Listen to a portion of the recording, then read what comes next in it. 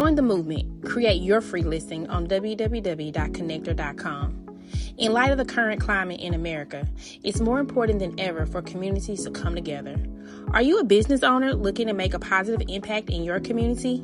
Now is the perfect time to take action. By creating a free listing on Connector.com, you can help build a new digital beloved community where everyone thrives. Your business can be a vital resource for residents, offering essential services and fostering connections.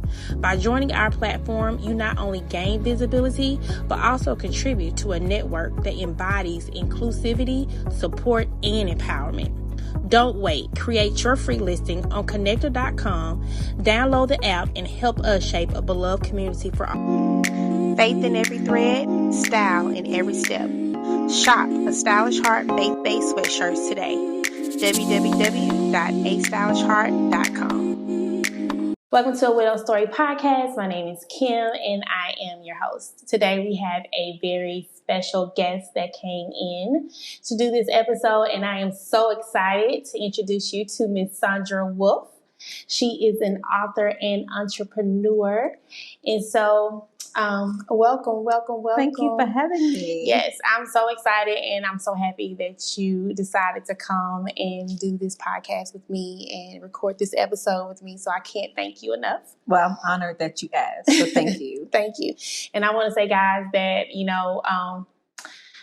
when I called her, she didn't even hesitate. She didn't care if she was the first guest, second, third. She did not care. She was just willing to come and share her story. So I am very, very happy for that. So I definitely, I want to get started. I want to definitely talk about your journey, but I want you to definitely walk us down, your love story too first, and then talk about your journey. Okay. My love story was I was with Antonio P. Calloway. We actually dated for 13 years. We met in corporate America. And we actually got married, I want to say, after being together for 13 years. So we had some struggles. Some of our struggles and some of our delay was that I wanted a child and he didn't. Mm-hmm. And then he wanted a child and I didn't. So with that, and just some other things, growth, we decided to get married in 2018. Mm-hmm. And then I found out that I had breast cancer. Mm. So we had to delay the wedding. Well, I didn't want to delay the wedding. Mm-hmm. That was a decision that he made. He said, your health is so much more important than this wedding. He's like, you are already my wife. Because we've been together for so long. I mean, we've lived together. So after I ended up being in remission, had breast cancer surgery, 2019, we decided to get married in March. And I lost him in August of the same year. So we were married for less than 4 months. Wow. It was a lot going through breast cancer, getting married, having the beautiful wedding and everything that a little girl dreamed of, just to not even 4 months later lose the love of your life very unexpectedly. Right. That's very tragic. That's very tragic. So I know that we spoke a little bit about what actually happened. Can you tell us just a little bit share how you actually lost your husband? Sure. He went to South Carolina. His family is in South Carolina, a little town called Due West. Mm-hmm. So he went home, and next thing I know, he ended up texting me that morning of his death in August and said, "Good morning, Queen. I can't wait to see you tomorrow." Mm-hmm. Well, tomorrow never came. I got a call about 6:30 from his sister, who was frantic. And she was like, "You need to come to South Carolina." Nobody would tell me what happened. They just said something happened to Tony. That's what they called him. Mm-hmm. So I pack up whatever, head to South Carolina. Don't even know how I got there. Because when they say Jesus take the wheel, he literally took the wheel. Mm-hmm. Because there's dirt roads, everything, no lights. So I'm literally sitting in the car, but I have this gut feeling something happened. Again, no one would tell me. So in Due West, there is no hospital. You have to go to Anderson, the next town over, for the hospital. So what ended up happening, I found out later on that he was stung by 30 to 35 Yellowjacks and went into his mom's house in Due West and said he was okay. Went into her bedroom, laid down. They said he got up, went into the living room and fell. And then they tried to resuscitate. They said that the ambulance came, worked on him a lot longer than they normally would have, took him to the ambulance, to the hospital.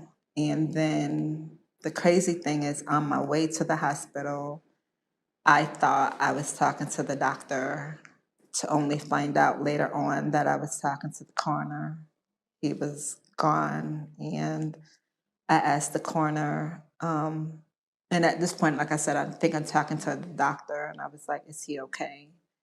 And he said, no. I remember like it just happened, the exact words. I said, will he be okay? He said, no. I said, is he gone? He said, I'm sorry, Miss Wolf. He's gone.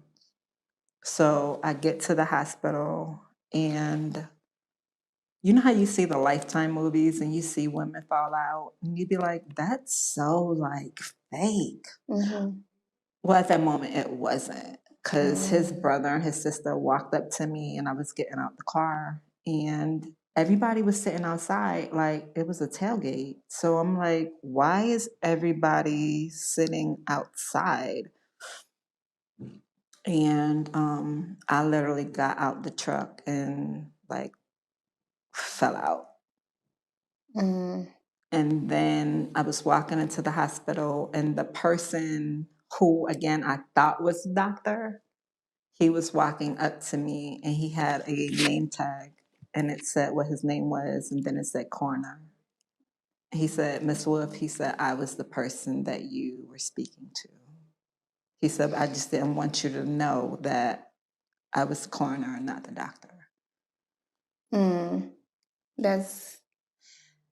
That's heavy. It's a shocker. I think that nobody really expects to lose a loved one, especially to nature, right? So when you think about that, I think that story is really unique.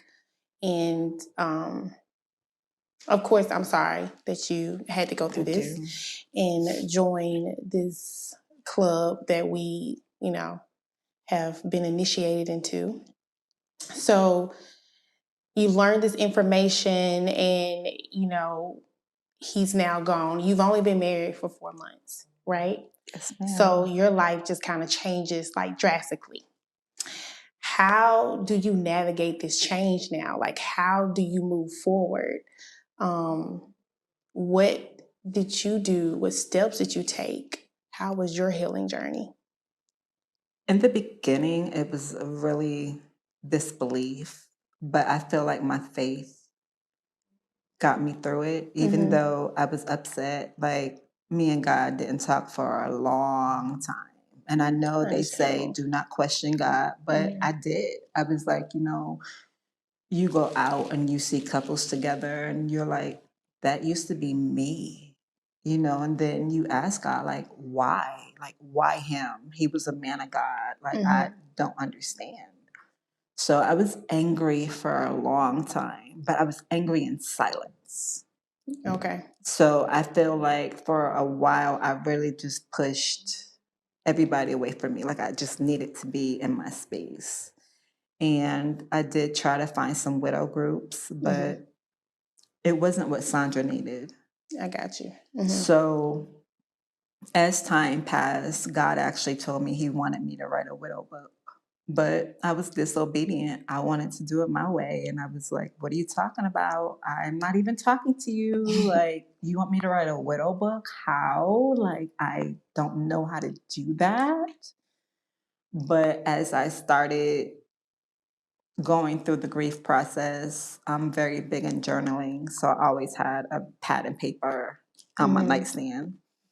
And God would literally wake me up at like 2, 3 o'clock in the morning, and I literally would just scribble and take notes. I had no idea what the notes were for, because again, I'm being disobedient. I'm not doing what you want me to do.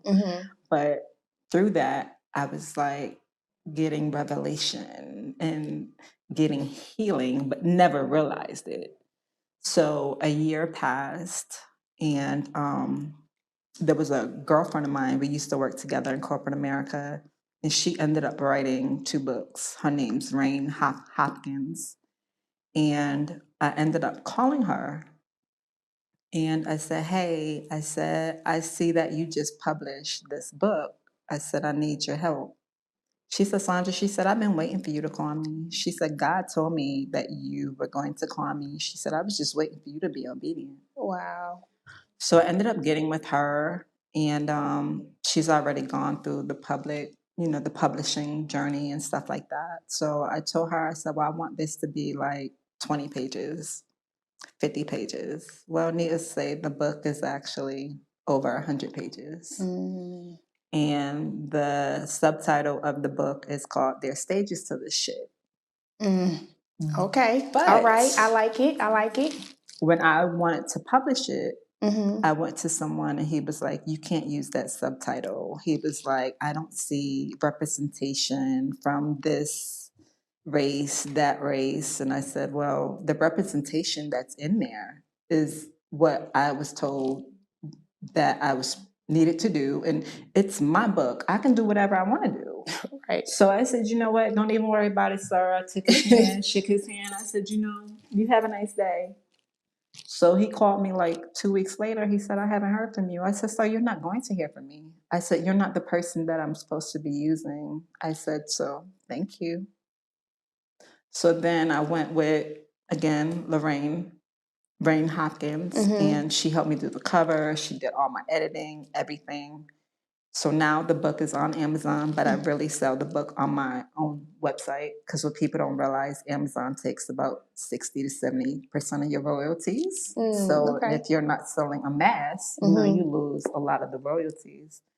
So with that journey, I ended up, through healing, I do vending events, and I speak to people that have gone through some kind of loss. But I also make like t-shirts, journals, and stuff like that. I've done the covers. So now I actually call it From Grief to Purpose. Oh, okay. So the name of the business used to be Royalty SW. I actually just changed it and did the LLC last week for a Peaceful Journey, but it's spelled PIECE, Full Journey. And it has some puzzle pieces around it, because I feel like we all trying to figure out this thing called life. So true. You're a widow, you're a mother, you're trying to figure out corporate America. Do you want to open a business? So we are trying to put pieces together. Right. But sometimes we kind of force the pieces, and then you realize, oh, that piece shouldn't fit there. So that's how a lot of my healing has come about. It's just doing vending events, speaking to people, and just really, I'm that person now where I can walk into Walmart and see you and be like, hey girl, your hair is fly. Like, you looking really good. Because I feel like there's so much negativity in the world. And now I don't want to be that person anymore. I want to uplift queens and just women in general, and just let them know, like, hey, you're doing a daggone thing. So Get it. That is something you said about just like the anger that you felt. I feel like when I speak to a lot of widows, especially myself, I think that is one thing that we kind of share. We have like this common ground, is that, we're kind of mad at God at a time, right? And so I guess we don't really understand that He is trying to birth this purpose in us at that time. And so that's definitely a common ground. And I guess, for me, when in my process of being mad and just trying to figure life out, I know that there were just different things, I guess, for me that I did, like as far as like moving on. Like there was things where, like I moved from Georgia to Dallas, and I sold everything in the house, right? Because for me, I kind of wanted to start over. I needed to kind of, I don't want to say get rid of him, because that wasn't what I was trying to do, but it was really me trying to find joy, just trying to, it's part of my healing process to kind of just move on. And so, were there things that you did to kind of, I guess you can say, to help you like move forward, where you could say, okay, now I'm at a place where, okay, God, I kind of see where we're going. I kind of see what you're doing. So I want to kind of, I don't know, not get rid of the person, not forget who they are, but just kind of move on. What I ended up doing was I still live in the same house that we purchased in 2014, but nothing in that house was there when he was there. I literally got rid of every piece of furniture.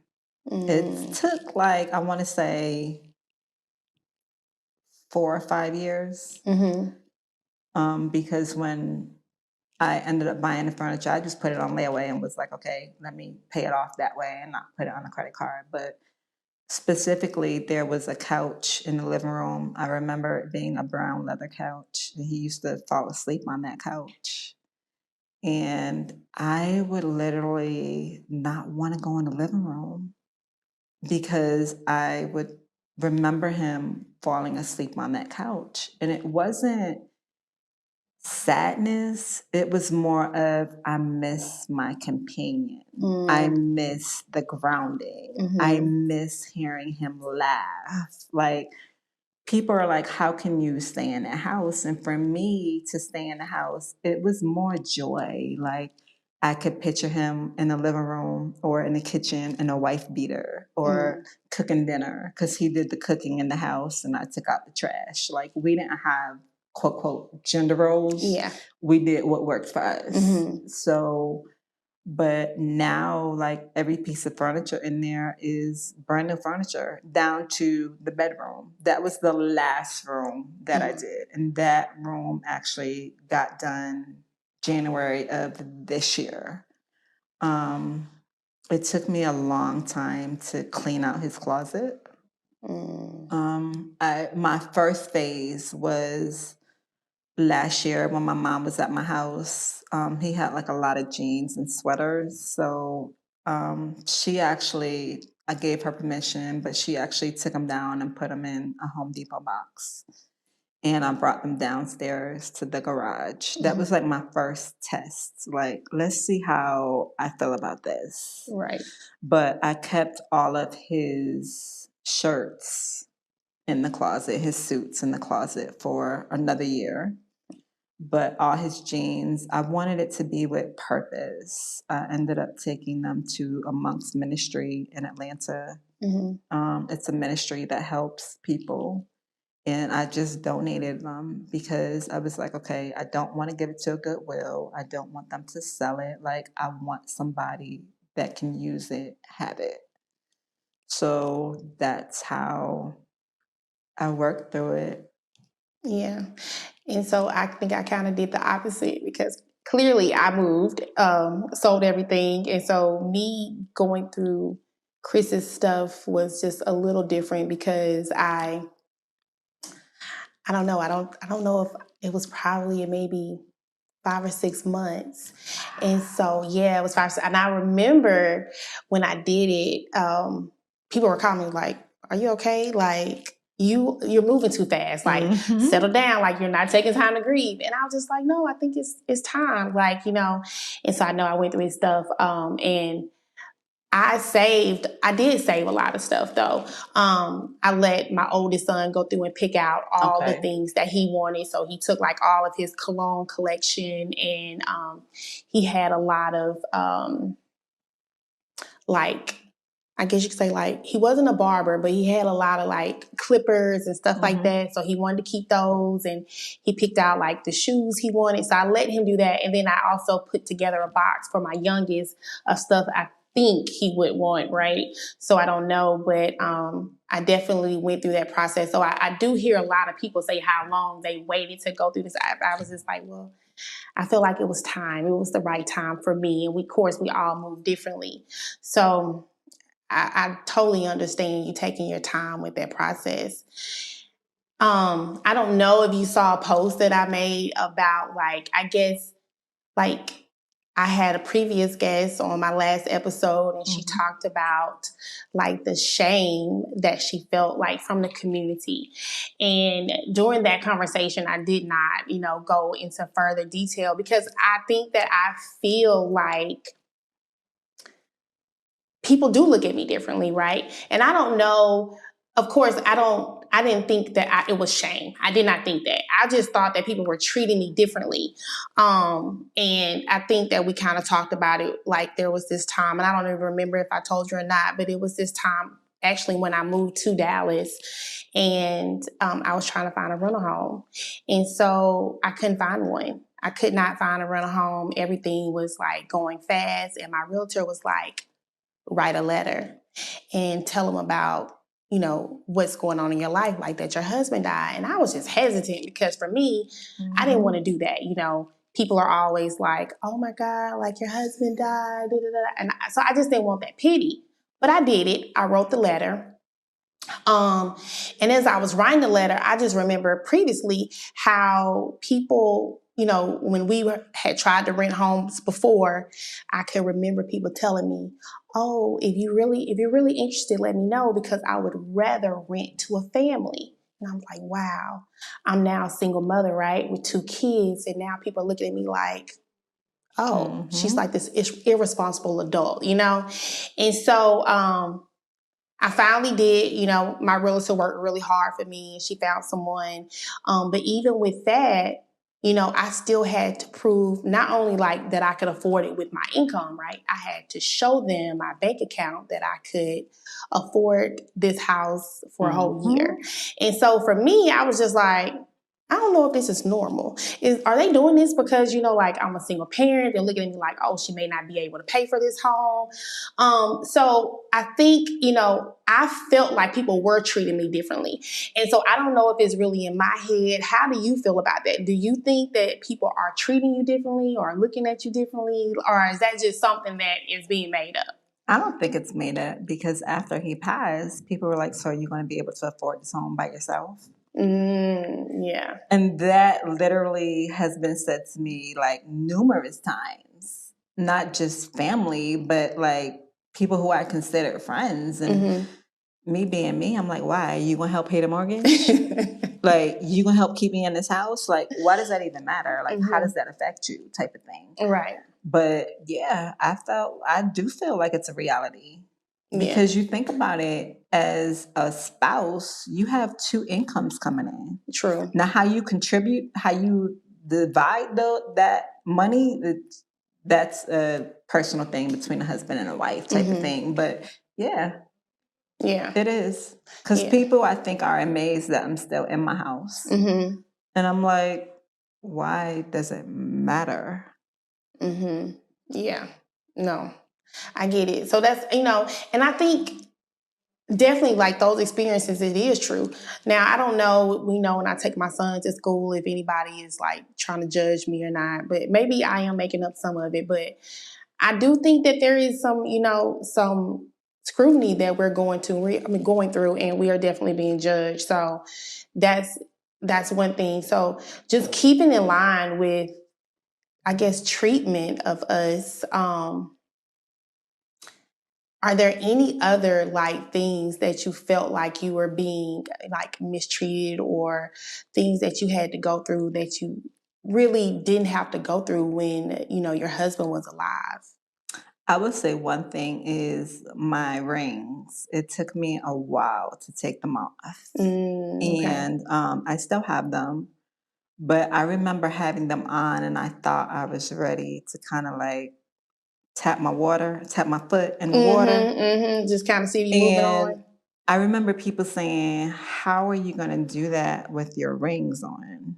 And I was just like, okay, but dag, like, wouldn't you be like, yes, girl, it's nice that, you're even thinking about it type of thing. But because I remember kind of like speaking to someone and it was nothing serious or whatever, but he was like, so you're speaking to me and you're still wearing your wedding rings. He's like, what does that look like? He's like, what does that look like for us? And I was like, oh, I guess I'm really not ready.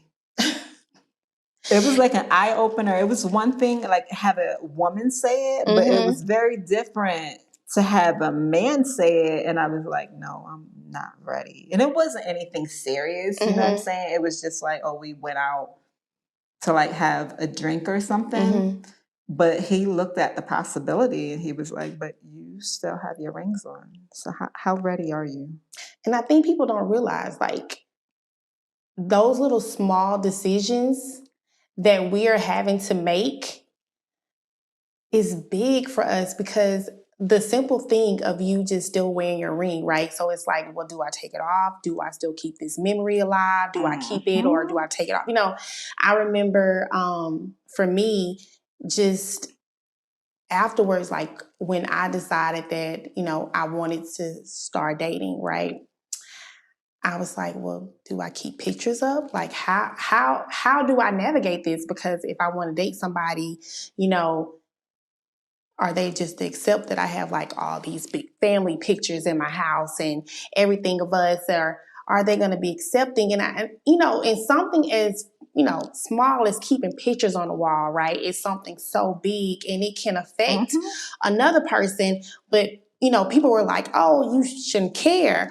But then right, you do care. Then it was other people would be like, no, you should take them down. So it's just all these little decisions that we have to make. And I feel like people probably aren't really just aware of those decisions and stuff. So have you, as far as when I'm talking about these pictures, have you navigated into the dating scene at all? And have you ever, have you had to deal with, taking down the pictures or anything like that? Or honestly, it's been 6 years. Our 6-year anniversary was in March. His 6-year death anniversary will be in August of this year. And all our pictures are still up. My wedding certificate is still up. When we got married, we didn't do a book. I actually had a picture and I had everybody sign the picture. It's still in the living room when you walk in. I don't know how to navigate this dating scene because he was somebody I feel like I was with for 13, 14 years. So he was all that I knew. And I feel like the dating scene is so different. And I'm so guarded. It's like any red flag, I'm like, stop. Okay, let's move on. Because I'm in my happy place. Okay. But I'm also very at peace with me and how I live my life. So I don't know how that looks like to take a picture down. It literally took me 6 years or 5.5 years to get clothes out the closet. So yeah, I feel like if the right person comes along, I want to say that I'm open, but I really don't know until it happens. I don't know if that makes sense. No, it makes sense. It makes sense. It does. It makes sense. And I think that you're good to be guarded because I'm extremely guarded as well. And this dating scene is crazy. So, I think that if God does allow me or anyone to, be fortunate enough to meet, number two, you'll definitely know. I think he's definitely going to let us know for sure. I think I'm at the point now where I'm ready to be courted, but I don't think I'm ready for that intimate part of it. Gotcha. Mm-hmm. I'm ready for somebody to court me and let's see how that feels type of thing. Mm-hmm. But the rest, like whoever this next person is, like he needs to be very patient with me.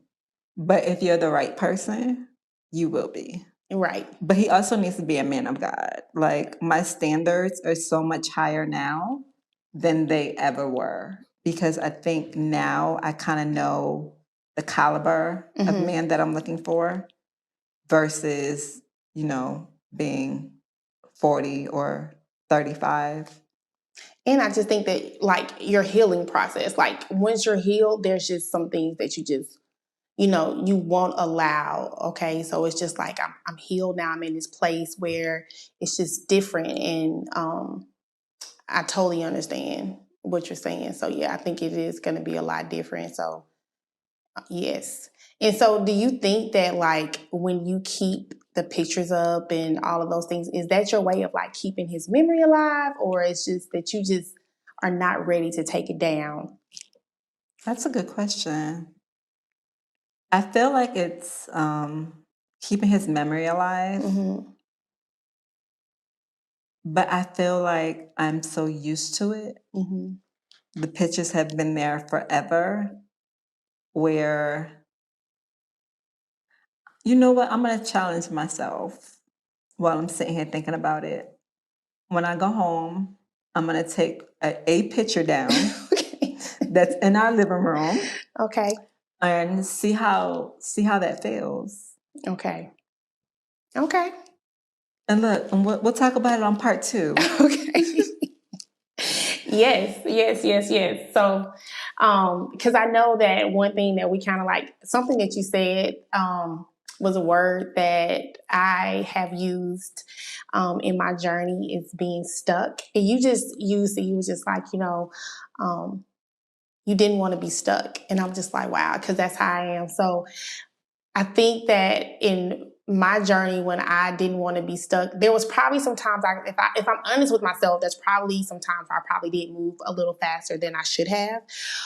Just trying to speed up some things, trying to just rip the Band-Aid off, right? Mm-hmm. I'm just like, hey, let's hurry up and get it off. If I got to cry about it, I'm going to cry about it, Mm-hmm. And so I think that was just a way that I felt. So when I heard you say that, I was just like, yeah, like just, that's crazy that you use that same term, because I thought it was for a lack of better words. That's, I was just like, I don't really know how to call this, but yeah, so I thought that was like a good term. So I know you had said that earlier. Oh yeah. Mm-hmm.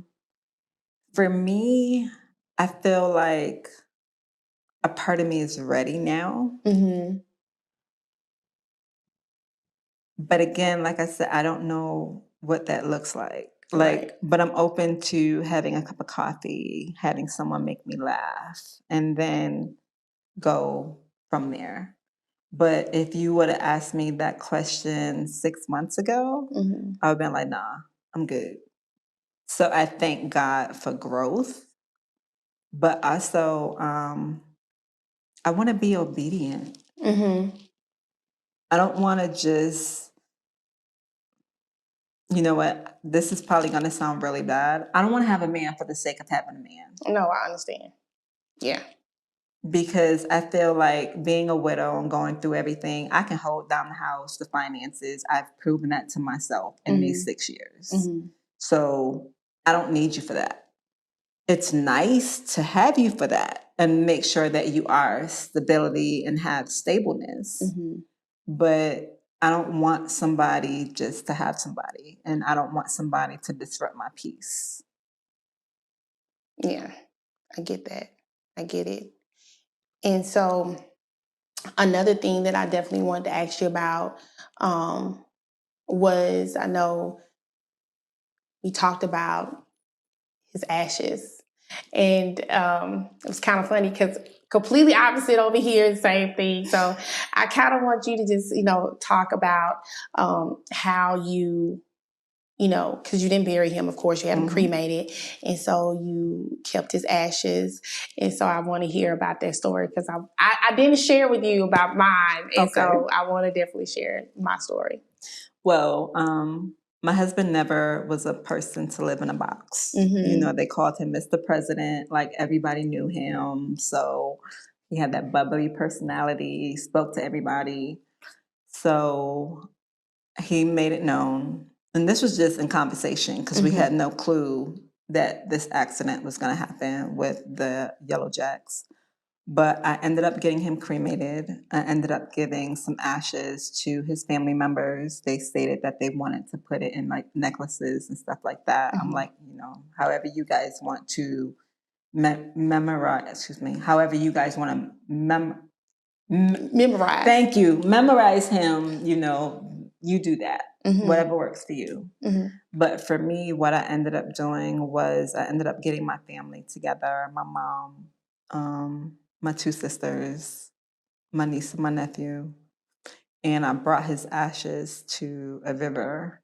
And the river has a beautiful waterfall and it has rocks. And it was a beautiful day. And I found a place that I could literally like step to and see the water. So I took some of his ashes and put it in the water, and the water started bubbling. And I felt like that was a sign that he was like, okay, I'm good. And even at that point, butterflies, like I remember a butterfly like going around me. Okay. And I was like, okay, Lord, like, babe, I know that this is you. Just because I really believe in signs and wonders. And I believe a lot of times we miss it because you'll be like, oh, that's just a butterfly. But no, that literally could be your loved one just saying, hi, I'm okay. I'm at peace. I need for you to be at peace. So what I do now is I actually have a Ziploc bag. And I have some of his ashes in the Ziploc bag on the mantle behind our picture. And last year I went to Spain, and I'll take a little bit, like a tablespoon of ashes, wrap it up, put it in a Ziploc bag. And I love water. I feel like water is a big representation of just being free, flowing, rejuvenation, stuff like that. So I'll take some of his ashes. I'll take that bag, dump it out in like the beach and just let it go. Because I feel like he never wanted to live in a box. No matter where I'm traveling, I'll make sure that I find a beach. And his ashes right now is in Spain, Dominican Republic, and Jamaica. Nice.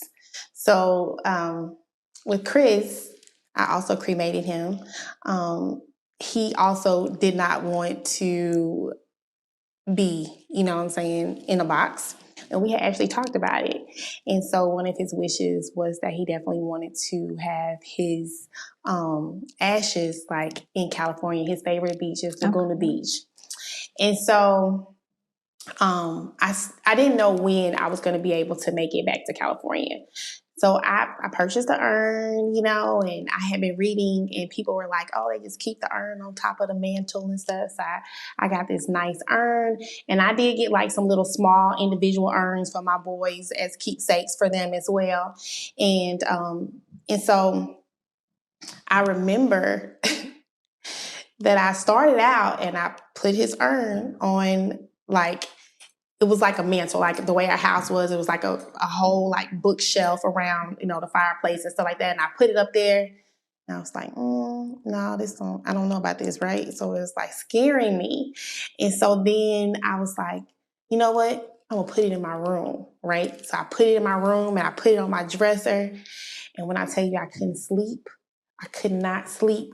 I felt like every hour I was waking up looking at that urn. So I was like, oh my God, like, what am I going to do? Because I didn't know what to do with it. So I packed it in a box and I put it back in a box and I put it in my closet. And I do have plans. I want to say I do have plans to go have like a little ceremony to release his ashes, but they're still in my closet in a box. And so I know I feel bad about that, but I'm so scary. And so of course, every time like I try to like take it out, I don't know, I'm just like, I can't rest. I'm just like, he's like right there looking at me. And so it's just so weird. So I like to hear what other people are doing with the ashes. Like I did put some in. My son has a ring that has a picture of him and his father. And so he has like some ashes in the ring and everything like that. But for me, I was just like, okay, I'm just going to let you know, when we get to that point, I'm definitely going to take him, and it's going to be soon, and I'm going to take him, and my hopes is that we can go out, like go to Laguna Beach, go out on a boat, and I can spread his ashes, and we can have like a little small ceremony on a boat for him. So, well, I'm going to give you some comfort, Queen. This is your journey. You don't have to explain it to anybody. Mm-hmm. If it doesn't feel right for you, then it doesn't feel right for you. Yeah. But you have a plan. You're still respecting his wishes. Who cares that it's in the closet? Like, this is your journey. And I think as widows, we are so busy trying to explain, like, okay, I get my nails done, and I used to always get my ring finger, like, painted a different color, and I told my nail lady, like, no, I don't want to do that anymore. Like, put the color on this finger. And she's like, why? And after a while, you just like, I don't want to explain. I don't want the sympathy. I don't want, oh, I'm sorry. Like, I just don't want that. Yeah. So you ain't got to explain it to nobody. When you're ready, you're ready. Yes. Thank you. And I hear a lot of that. I had someone hit me up and she was just like, I feel, like I get so much pity, like people are just, they pity me, I think that's just something that we always hear. And so I don't know. I mean, I know people don't know what to say. Like they don't know the words, and I understand that it's like a very hard conversation when anyone loses anyone. Grief is just hard, and not knowing what to say in that moment is pretty awkward. So, I mean, I understand, but it does make us feel a type of way, like we're, like, oh my God, you're looking down on us, you're pitying us, I get it, but sometimes because you are the widow, it's draining. Yeah. No. I mean, like you said, I totally understand. But sometimes it's just better not to say anything. I agree. Did you have any like trigger words or anything like that? Was it anything that anybody said to you that would make you mad? No, because I was about to say something and I had to remember where I was. Okay. The thing that really gets me is how people compare divorce to widowship. Okay. Like I had I don't want to say she was a friend. She was someone that I knew. And she was going through a divorce, and she's like, it's the same. And I'm like, no, it's not the same. I'm like, he's not coming back. My husband is dead. Your husband, about to be ex-husband, you can still call him. You can still text him. It's different. I get that it's still a loss, and I get that you still have grief. Right. But it is a different type of grief. I agree. I think that I was watching this podcast, and I definitely heard this guy say on a podcast how he felt that actually divorce was worse than actually losing a spouse. And his reasoning for it was because he felt like the woman that he wanted turned her back, and I'm watching her walk away. And he was saying, when you lose a spouse, they're just gone. You don't have to watch them every day. And although I understood what he was saying, I was just like, I don't know if that's like, true. And maybe that's my feelings, but I don't know if that's true, because I'm just like, I definitely have heard a lot of people compare divorce and, losing a spouse. And again, like you said, I know that it's still grief and you are still grieving that person leaving. But, if you decide one day that you guys want to change y'all's mind and get back together, or you want to be friends, or you just need to call them, you still have the opportunity, right?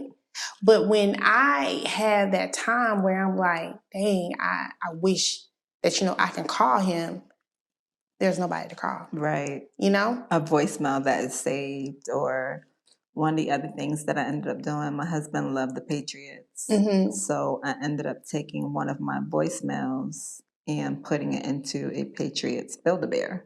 Okay.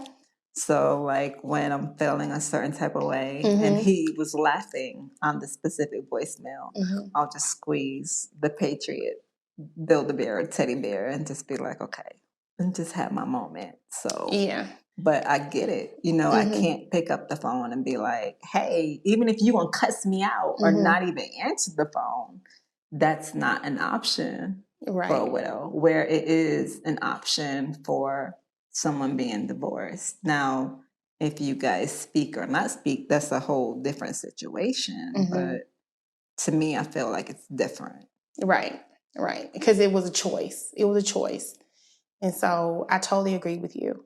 And speaking of the Build-A-Bear, I did that for my son too, my youngest one, so that he can have his voice. And so I took a video that he was talking to him, and so I put it in a bear so that he can remember his voice.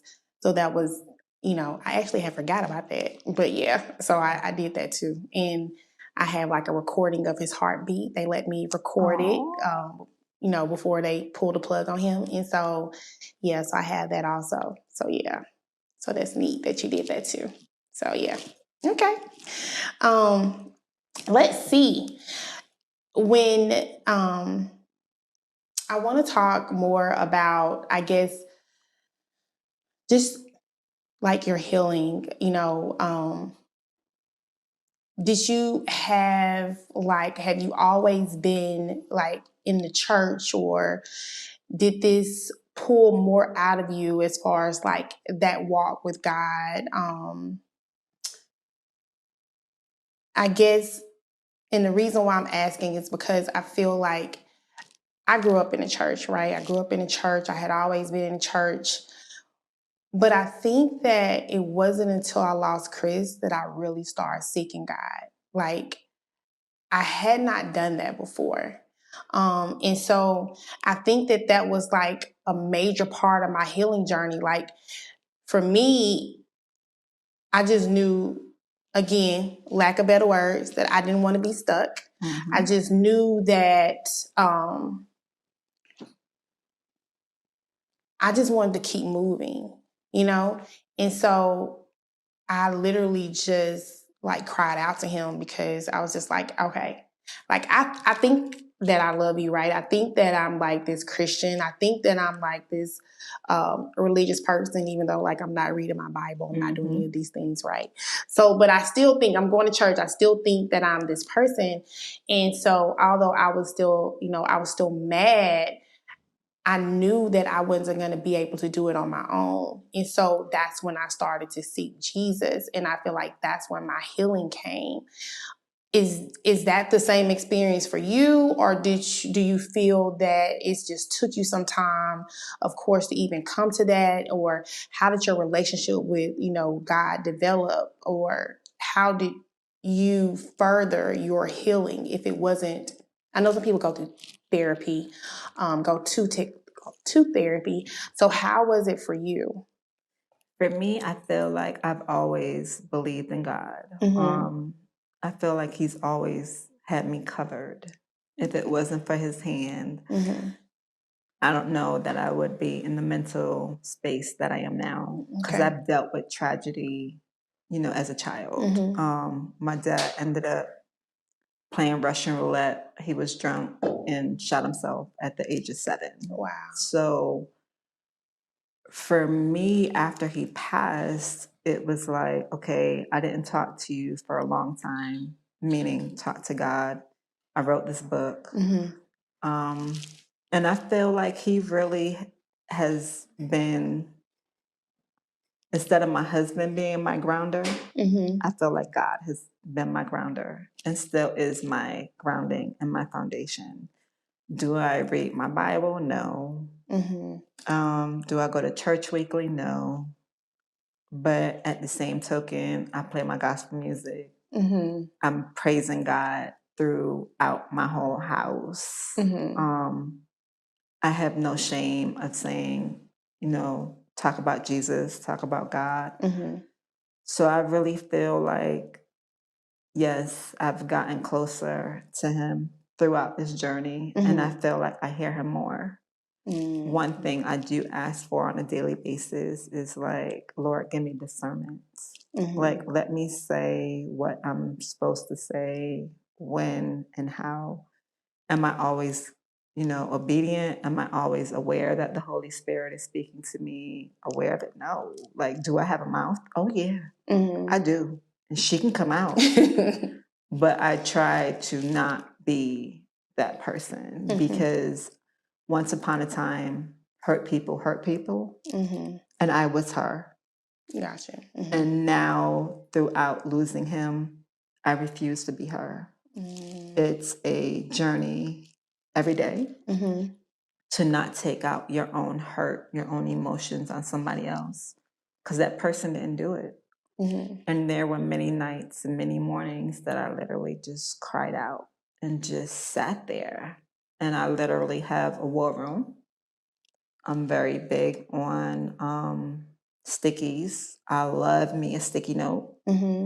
So I will literally write certain words on stickies. I got this, faith, a scripture on a sticky, and literally paste it in my bathroom. And when I feel like I got that in me, it's time to take that down and put something else up. But I'm very much into affirmations and speaking life. I'm very big on life.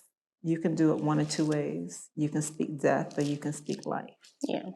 And the devil doesn't know what you're doing until you verbalize it. Very true. So you have to be very careful what you speak. And I try to do that. Am I perfect? No. But it's something that I work on. And when I catch myself, or like even, it's crazy, this past weekend, the devil really tried me. Like, somebody ended up hitting my brand new car in the parking lot of Joint Fabric. I had an event on Saturday. My brand new Mazda would not start. Oh, wow. My TV went out in my living room. Monday, the screen is black. And I literally just like sat there and laughed. And I was like, all right, devil, whatever you like, you have to acknowledge it. I'm like, whatever you're trying to do is not working. And I was like, all right, Lord, whatever you got coming up, it must be pretty big. Thank you. Okay. Because you got to speak to them things. Like, okay, why am I going to get mad about a TV? And the crazy thing is, I had the car towed to my dealership. And they were like, Miss Wolf, there's nothing wrong with this car. They didn't charge me for it or anything. So that was a blessing. What dealership can you bring a car to get a diagnostic and not get charged? I know, because it's like $250 for mine just to run a diagnostic. So that's crazy. They didn't charge me a penny. Came and picked me up at my house and told me, here's your keys. So even through the storm, there was a blessing. Okay. And you have to see it that way. Yeah. Yeah. Did you do any type of therapy at all, or? I did do therapy, but I didn't like my therapist. It just wasn't for me. I was like, nah, that's not for me. Yeah. I did find a new therapist, and she's a sister. And I definitely want to go back to her and talk to her because we were even talking about taking down bricks. Some of my bricks were falling. Okay. And that's when we were talking about, dating and stuff like that. And she was like, okay, like, what do you want this to look like? And I like a lot of the questions that she's asked me because it's stuff that I have not had to think about. Right. So I'm like, oh, let me write this down. Let me figure this out type of thing. And when you have a good therapist, it's like having a good hairstylist, girl. You're going to stick with that therapist. So I'm definitely going to go back and see her. I did some therapy as well. Mine was not able to be like on the couch. I found someone that was online. She she was really good. She was really good. And I was with her for a while, just, talking to her until I missed an appointment. And then once I missed an appointment, it was so hard to get back in with her. So then I was just like, you know what? I'm going to have to find me somebody else because this is ridiculous. And so, and I don't know if it's different, sitting on someone's couch, being online versus being online. But it was nice speaking to them, to her. And so for my boys, with them, I am still in the process of getting them someone. I think that what happened with that, like it was a little roadblock because Ashton was so young when it happened. At the time, and now they may have more, but at the time I was searching, they didn't really have therapy for him. I think maybe a year later, I found a place that could do like a little bit of play therapy, but it wasn't like a lot of therapy because they were just telling me that he didn't really know how to vocalize like a lot of his feelings, or there was like word formation that he couldn't, so they really couldn't work with him as young. But now he's older, and so I think, I definitely want to get him in it, and I still want to get, my oldest son, so that's definitely on the list of to-do list for me, so.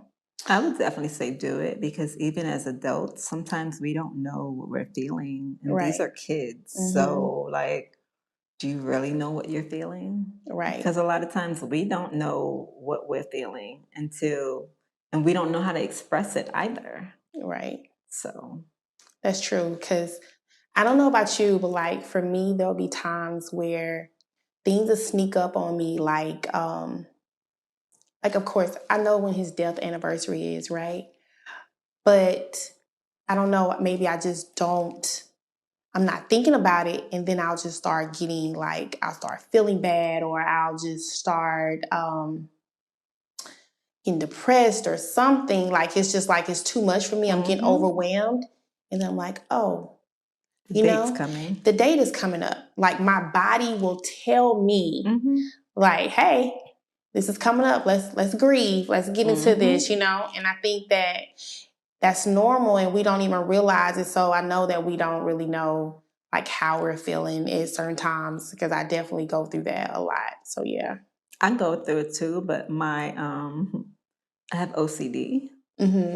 So my sister pointed out to me, anytime like his birthday is 8 days away from mine, even though we're 4 years apart, or like an anniversary or his death anniversary, I am literally like waking up cleaning baseboards at like 6 o'clock in the morning, or doing something in the house to like really like clean something. And then when I sit there and think about it, I'm like, oh, like, yeah, this is about to happen. Like, this is coming. So, like you said, your body tells you. Yes. And you don't realize when you're doing it, why you're doing it. But afterwards, you're like, oh, yeah, I get it. Yeah. So are you able to enjoy your birthday since it's so close? Like since the date is so close? Yeah, now I am. I miss waking up in the morning because one thing he used to always get me is the really big see-through balloons that have like a teddy bear or something in it.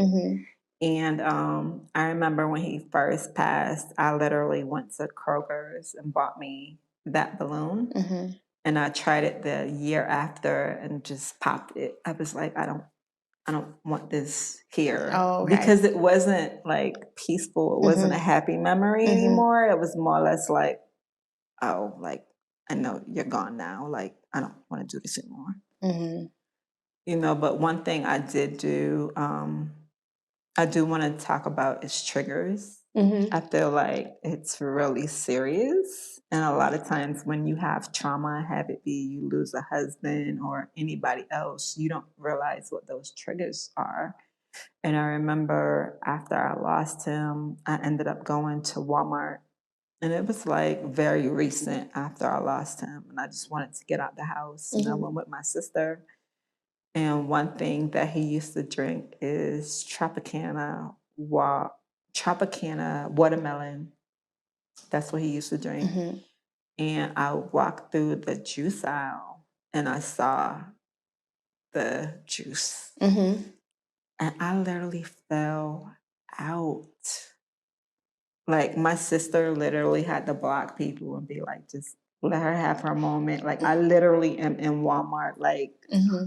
you know, hugged up to myself. Mm-hmm. And at the beginning, I was like, what the heck is this? But even like as years passed, I kind of like, now that I was aware of it, it was like, no, I'm not ready to walk down the juice aisle. Like that's a trigger. I don't want to see that. Mm-hmm. How long did it take you? It took me literally like 3 years. So I had a trigger too. So I started my, I guess you could say I have like a boutique, a stylish heart.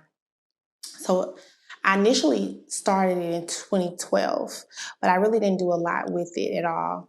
And so Chris kind of like, he pushed me. He was like, you got this business, you need to do something with it. And so we started it. I guess you can say like me really selling the clothes and doing something with, you know, that whole brand in 2020. And when I did it, he pushed me. Like he was the person that was like, hey, you know, we're gonna take these pictures. So he learned how to use a camera. He was like self-taught.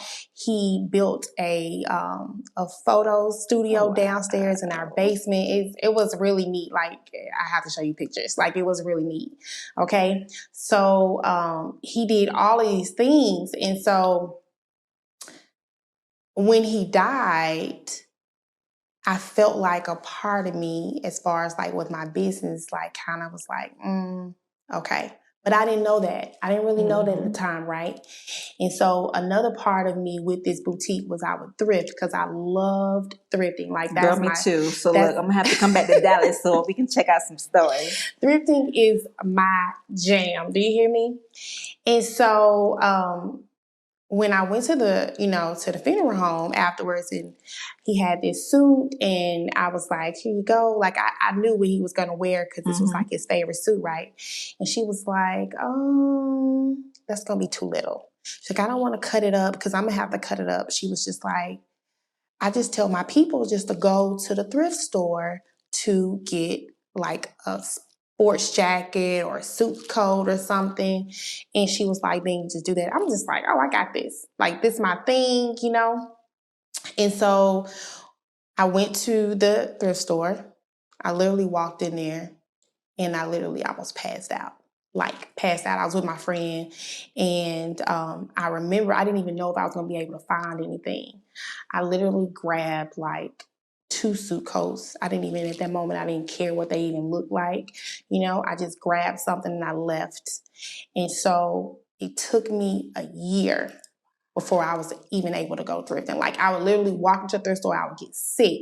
And I kept trying because I knew how much I love thrifting, and I also refuse to pay full price for, you know, clothes. And I get you. Look, throw in the wash machine or bring it to the dry cleaner. Yes. And two, you know, before, you know, part of the boutique, I was selling thrifted clothes as well. So I would go and I would sell thrifted clothes and do thrifted boxes and stuff like that. And so I literally, because I couldn't even go thrifting, like I stopped even doing anything with my boutique, you know.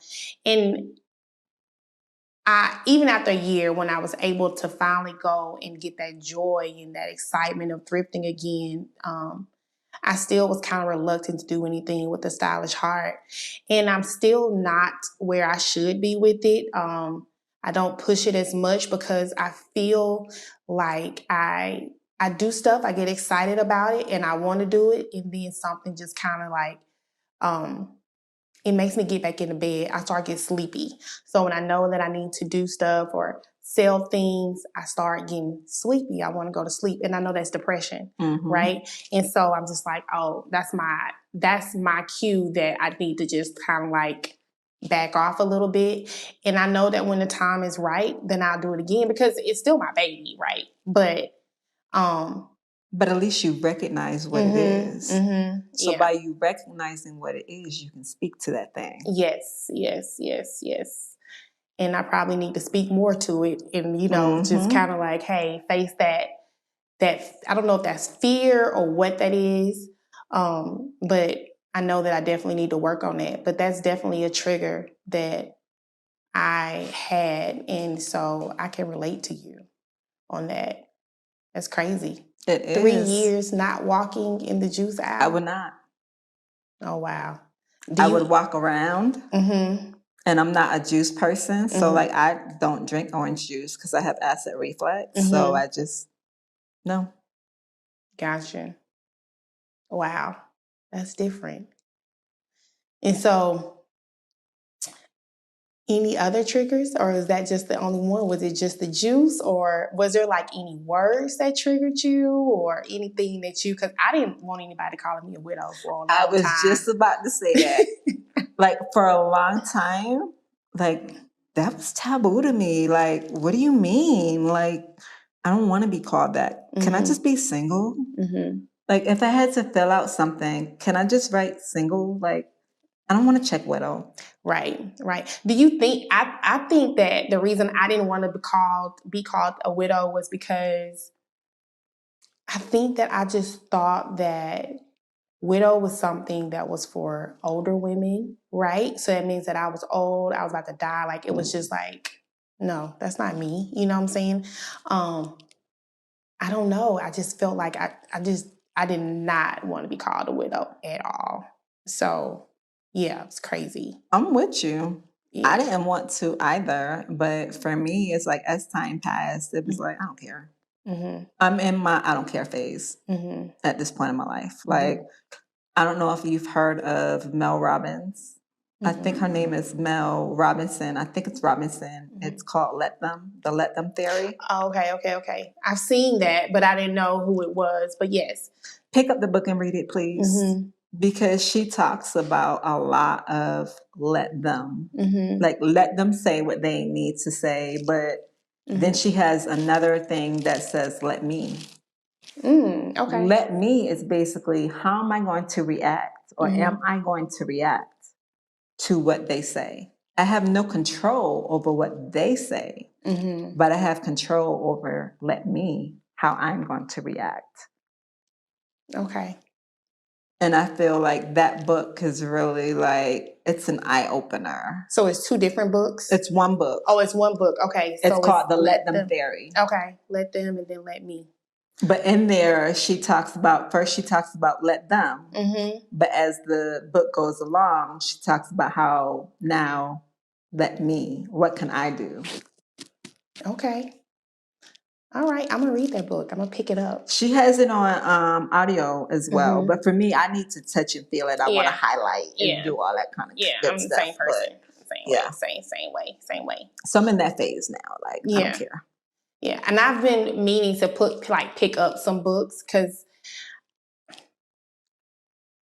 when everything first happened, people actually did give me some books.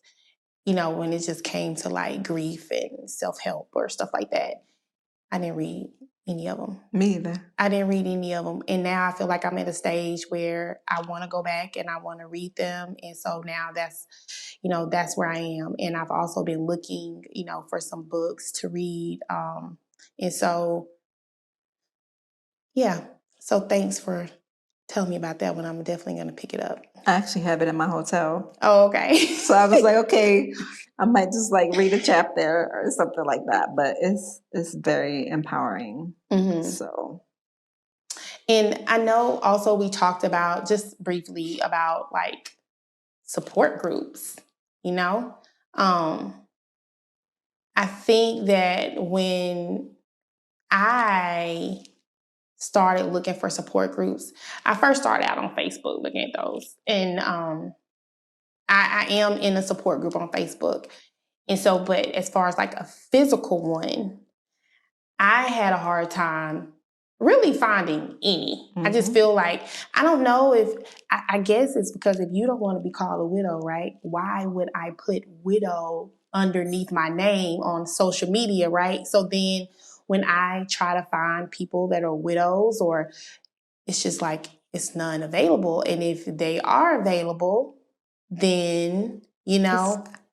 Yeah, it's like, I don't know if, maybe I shouldn't be like that. I don't know if I want to be part of that. Like, I want to see somebody that looks like me, that's younger. And it's just, that's not what we see. And I guess maybe that's because we don't like that word, now that I'm thinking about it. And so that's the reason why. But I definitely think that, there should be more, or, maybe the stigmatism from widows should be kind of taken away. And I think that's one of my purposes of starting this podcast. And eventually, I want to have like a nonprofit, and where it is like a community where we can kind of support each other, And so that is like a goal of mine. But I think that we definitely need to take away that stigmatism behind that word. So, I mean, were you able to find any support groups on your end, or? I was not. I would love to, granted, when he passed, I think we were in a COVID area. Yeah. So, but I would love to find a support group of different women, different ages, but I want to do it in person. I feel like I want to sit across from you and have an authentic conversation. Yeah. And I want it not to be judgy. If you're out there and your path is different than mine, like, who am I to judge you? As long as you're not harming anybody or harming yourself, like, girl, do you? But I did find a group on Facebook, but to me, I just feel like I like it, but I want it to be more personal. Yeah, I agree. So if anybody knows of some support groups, please let us know. Or no, right? Hit us up. Most definitely. So what kind of advice, or what, if you had any advice or that you could give, or to like a future widow, what would you tell them, or how would you help them navigate this? I would tell them that even if you and I both wore 8.5 shoes, we walk differently. Yeah. And how I might think to navigate might not be how you think to navigate. But just because you're navigating differently doesn't mean that it's wrong for you. You have to do, as a widow, you have to do what feels good for you. But I do want to encourage widows that you don't have to stay stuck. Like, if you're not getting up and you're depressed every single day, like, tomorrow, get up, go take a shower, put on a new pair of pajamas, and go outside and go walk somewhere. Listen to a podcast, listen to the Widow Story podcast, or listen to some gospel music. Do something that will lift you up and serve you. And if there are things in your life that don't serve you, don't feel regret, like, that doesn't serve you anymore. Like, don't deal with it. But you have to navigate this widow journey as you feel that makes you feel good. But I do want to stress, you don't have to stay depressed. You don't have to cry every day. Like, yes, it will happen. Yes, it does hurt, but you have to figure out what works for you. Yeah. So, before we close up and everything, you just brought that up. I want to just get your opinion on one other little point. Yes, ma'am. What are some things that you do to find your happy place, your joy? What are some things that help you through this? Honestly, one of the things that I do, and it took me a long time to do it, while Antonio was here, I used to go to the movies every Tuesday. Okay. Because every Tuesday, it was $5 Tuesday. It was like, let's go to the movies. Yeah. And after he passed, for a really long time, I didn't go to the movies. I used to get my hair done like every week or every other week. I had the bomb hairdresser. Her name was Justine. Like, when I tell you that queen right there has been every event and everything that I had, like, she was my hairdresser. She's not doing hair anymore, but she was my hairdresser for everything. I actually went and got my hair done, I want to say about a month ago. And I had it, cut a little bit, but it felt good because I was like, oh my God, like I can't remember the last time I sat in somebody's chair and let somebody actually do my hair. Mm-hmm. So we might look at those things as just being so little or being that it doesn't matter. Mm-hmm. But when I took my behind in a movie theater, girl, had my little popcorn, there was nobody in there, sat there, watched that screen. It was like, oh, and in my mind, I thought about it. I was like, I'm getting back to me. That's good. Get back to you. So throughout this journey, like you have to figure out what feels good to you. Mm-hmm. Like if you feel like, okay, during lunch or whatever, I'm going to have me a little glass of wine at the bar or whatever, sit there and enjoy me, sit there and read a book. Girl, go do you. And again, you don't have to justify that to anybody. It makes you feel good. Mm-hmm. It's about you. And what I'm learning is I don't have a partner anymore. Mm-hmm. I have to now navigate what makes me feel good. What can I do to uplift me? Yes. And that's what it's about right now. Yes. Yes. I agree. That's good. Good tips. I want to say thank you so much for coming to speak with me. As I start this venture and I do this podcast, it means so much to me because, of course, it's at the very beginning. And anyone that is willing to sit down with me, I have so much gratitude towards, for sure. And I want you to let people to know how to find you, your business, anything you want to say. I definitely want to shout it out because I feel like what you have going on is awesome. Your book, buying a sweatshirt, t-shirt, a journal, whatever. I just want you to let everyone know how they can find you and purchase those things. Yes, ma'am. And if you can actually put it on the YouTube page at the bottom, yes, we have all the information, and we will have that there as well.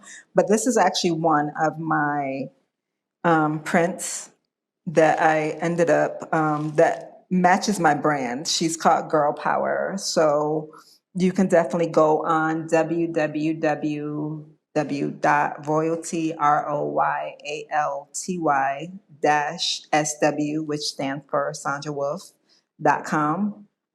Feel free to purchase anything on there. And if you have any questions, you can always write in the comments, and that goes to my email. I definitely respond to that as well. I'll have my Instagram information on there. One of my Instagrams is called Doing Me 22.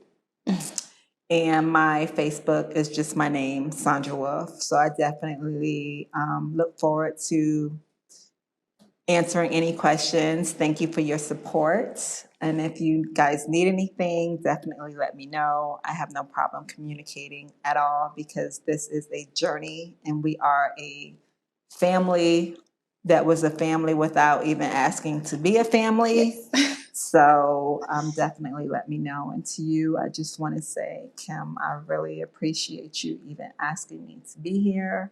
I know that this is part of your brand and a part of your journey. And I'm very honored to be a guest here. And I know that our relationship will definitely just grow from here. And you're going to have major success. Yes. And it'll be a part 2, guys. It'll definitely be a part 2. So I want to thank everyone for watching A Widow Story podcast. If you have not done so already, please make sure you subscribe, hit the like button, and share, and make sure that you support Miss Sandra Wolf over here. She's doing some big things. She has this purpose that has been birthed out of a tragedy, but it's so beautiful. So beautiful. Again, thank you. Until next time, we'll see you later. Bye.